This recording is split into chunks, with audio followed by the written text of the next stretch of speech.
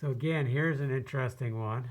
First of all, the box is mounted crooked. I noticed that right away a while ago.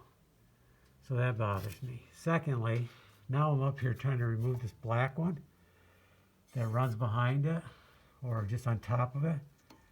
They mounted it so close that the screw right here is going into the black one.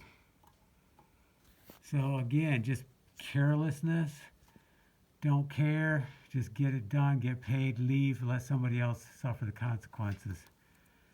Just poor workmanship. And again, no amount of codes are going to stop this from happening because it's just poor workmanship.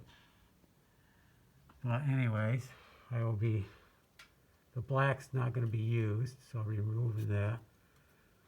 I'll make sure that this is not connected. I'm pretty sure it's not, but I'm going to confirm. Then I'll remove the box, straighten it up, add an extension on here so I have a deep box, more room for the wires, and then I can use it again. And lower it a little bit. That way I can run wires up there if I need to.